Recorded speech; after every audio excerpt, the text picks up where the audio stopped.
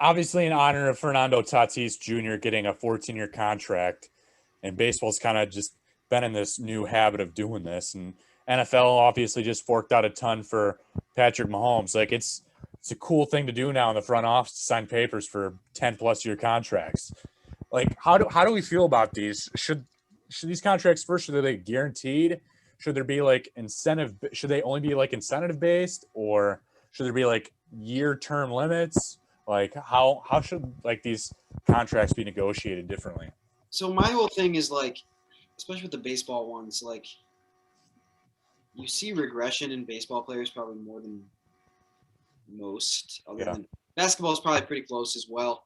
Quarterbacks, like they're so protected now in the NFL. Like you're going to start seeing. I mean, I don't think you're ever going to really see Tom Brady level, long-term excellence necessarily, but I think they're protected enough to where I think you'll see some guys playing deep into their careers and still having success.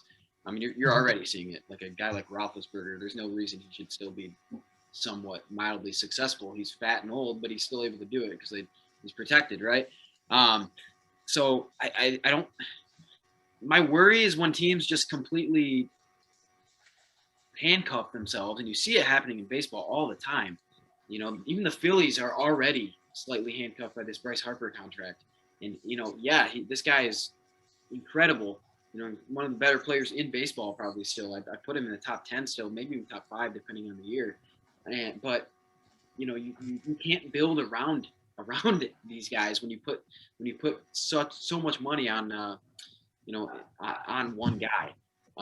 So to answer your question, I don't know I don't think it needs to be incentive based, because I don't think any of these guys are going to sign an incentive based contract for long term like that. I don't think that provides them enough security necessarily. And I think the reason these guys want these long-term contracts is, one, they like where they're at as far as like the teams are at, right? They feel comfortable in the city they're at, and they feel comfortable, with the team. And two, I mean, imagine the security. Like imagine like how good that feels. Like, all right, like if you're Miguel Cabrera, like when he signed that contract, I mean, imagine how you felt if you were that guy. Like, imagine how you felt if you were a Tigers fan. Well, at the time, though, if you think about it, if you're looking back, you knew he was going to play till he's like 40 on that contract. That's to me, that sounded like an awful contract. I don't like when you were like a 13-year-old Tiger fan, you're like, holy crap, Miggy's going to be here forever. Yeah, Like, if you look at it as from like a good feel good standpoint as a fan, you're like, holy crap, we can have these guys forever, right? Even if you're Tatis, like if you're the Padres, you're like, man, we have Tatis pretty much his entire career. Like, unless some crazy stuff happens, like, but the problem is, though, what my issue with the contracts is, it almost makes these guys untradeable. Yep. Let's say they do fall off, or let's say it just makes sense to trade them halfway through the contract. No one is taking those contracts from you. Yeah. Like, no team that you're willing to trade a guy to is going to take that off your hands. That's the reason. I mean, the Tigers should have found a way to get rid of Miguel Cabrera years ago, but they can't. Like, no one wants him one. Because you're not gonna get rid of a player when they're performing well, and the second you start to notice even a little bit of decline, other teams also see that decline and are like, I saw how much you paid that guy. I'm not taking that for like a declining player. I mean, Blake Griffin. Yeah. Perfect example. And it wasn't even as long term. And that's the thing. I love Blake Griffin, but like that contract, like, I'm sorry, dude, that contract is terrible. And I think in this conversation, there's like 4 parties that have to be considered. So with long contracts like this, for the player that's receiving them, it's obviously incredible. Yeah. Like you're getting money for a long period of time. Your grandchildren will survive just fine. Like, yes. That's what your great grandchildren will survive. Yeah. Yes. So for them, it's great. For the second party, other players who aren't this, it kind of stinks because too many players think they are also worth that. Yeah. Like, and I get it that like markets are set by big contracts, but like that's where like you just get in this terrible time of like when a running back signs a big the best running back in the league signs a big contract. Then like the 6th best running back in the league is like, well, why aren't you paying me as much as him? It's like, well, it's like Patrick Mahomes. Like, he deserved that contract. The Chiefs organization, I think, is happy to sign it. I think the fans are happy to do it. But if you are like if you're another quarterback that's up and coming in the league, like sorry, you're not Patrick Mahomes. You're not signing. I'm not signing on to you for 10 years. Yeah. So it's kind of detrimental to them, even though they don't see it. The third party is fans, which I think if as a fan, any contract over 5 years, I hate because I just think that's too much time to give someone. I don't care if they're 5 years old and you're getting them for the rest of their life. I don't want them after they're 10. Okay, I just don't. And then the last group, who I think it's the worst for, is the GMs in the front office in the organization, because you are handcuffing yourself. You're handcuffing yourself if they turn out awesome, but you're also handcuffing yourself if they turn out terrible. And if they turn out terrible, you get fired. And then the next GM is screwed, though. That's where it gets really bad. If they turn out good, it's like, all right, yeah, you weren't an idiot. You know what I mean? Like, there's no win there. Like, it's not like you signed like some dude. You're either like, hey, thanks for not being a dumbass, and then the other option is like, hey, you're fired. Thanks for coming in. If I'm a GM, I am never signing someone over 5 years, unless they are the cream of the crop. Unless they are Giannis Antetokounmpo, who is 25 and a 2-time MVP and an incredible player, who I can literally market for the rest of his career, or Patrick Mahomes, or Mike Trout. Well, when you're signing guys like that, like you need to your whole he's the face of your team now. You know what I mean? He's like, and you're a small market usually. Yeah, it's true. Well, like the Padres, pretty small market overall. Like they're spending an incredible amount of money right now on this whole team because they signed everybody this offseason. Yeah. But if the Padres don't win a World Series in the next 2 or 3 years, they're going to look stupid because the amount of money that they have thrown at some guys that are like admittedly very, very good. But my problem is when it happens in baseball is when pitchers sign deals like this. No, they don't sign deals like Jordan Zimmerman. Oh, no. 7-year deals, 6-year deals worth like $100 million. You know how easy it is for a pitcher to get hurt? And just like Tommy John surgery in one throw. Just have their arm explode. Yeah. Exactly. It's like you can't sign Dave Dravicky. It's just going to fall off. You cannot sign a pitcher to more than a 3, maybe a 4-year deal, in my opinion. I think you push it past that, and it makes no sense. Well, and that's the thing is just like, and what GMs need to start using as bargaining chips for this is just looking at a player and be like, dude, injuries. Everyone gets injured. Every single player gets injured at some point. Like, they all do. And you are going to, like Blake Griffin again, just using him as an example. I should say, I love Blake Griffin to death. His personality is awesome. He's a great player. I love him being on Detroit. But we wouldn't be looking that bad at this contract if he didn't get injured.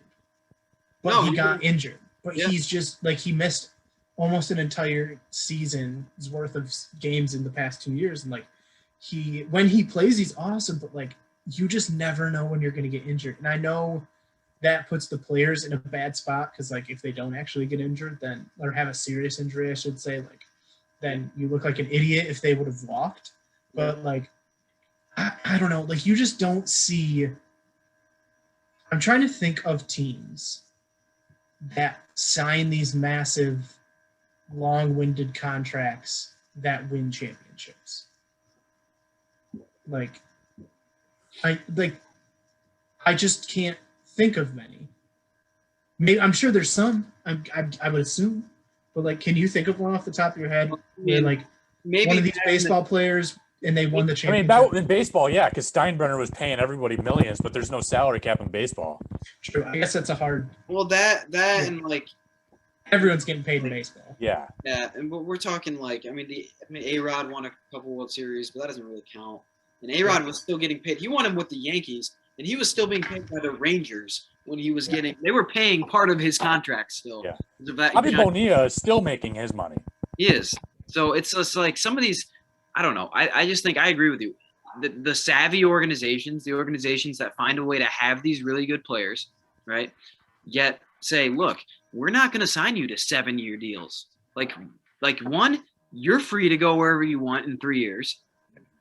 2, we can just re-sign you if you really feel like you belong here, right? Even Derek Jeter wasn't signing like 9-10-year deals. I mean, he was signing 4 or 5 years at a time, right? And he's the face of the Yankees for 20 years, right? Yeah. So well, look at basketball. I mean, like the number one guy in every basketball team gets paid a crap ton of money. Like it's hard to say that, but like the Warriors, like they weren't just shoveling money to everyone. Like Kevin Durant could have got more money somewhere else. They wanted to play there. Yeah.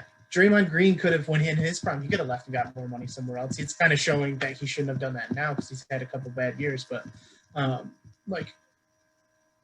yeah, I don't see because I just think the cons vastly outweigh the pros. Like, because if everything goes right, that's awesome, but that rarely happens.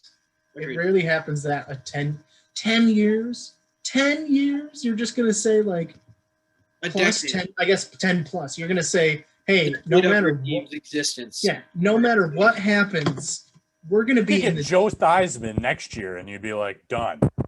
Like, yeah. And anything can happen, especially in contact sports like football. Like, right. We could go on and on about, like, I say incentive based. I think contracts should have more incentive based things involved, but I think there should be guaranteed money for player protection too. Like they still made it that far. There still needs to be some kind of reward, but a lot of players like Albert Hainsworth, I remember he's one of the best nose tackles for like 3 years for the Titans. They paid him a butt ton of money for like 6 years, like 140 million, and he played like good for like 6 weeks in his first season after that contract, and then he was out of the league within 2 years, and they lost all that money. It's dead money. Well, it's incentive GMs and owners have to be able to protect themselves too. I understand protecting the players, but like you're binding. We've talked about it already. You're binding yourself for years to come if something bad happens. Right. Incentive base is tough. Guys are going to try hard. Yeah, it's just like it's just not the precedent though. That's the thing that's dangerous. It's just like because if you sign a guy to a very top level player to a very incentive based contract, no other team is doing that. Like, so he's going to say, why the hell would I sign that when this guy's offering me guaranteed money? A player or an organization needs to be the first to do it. And I think I could see it happening more consistently. But until somebody does that, and then you're going to get things like the players union in baseball would get involved and say, this contract's not fair. You can't sign this. Which is a thing, I think. Yeah. And you see teams like restructuring contracts, which is fair that they have the ability to do that. Yeah, and like in the NFL, they do this all the time. Yep. Like if you look at any team that's cap strapped this year, they're like, well, they're going to restructure this and this and this, and it's like, well, that's good that they could do that, but like, I don't know. It's just hard to say that organizations should have protections because I mean, it's hard.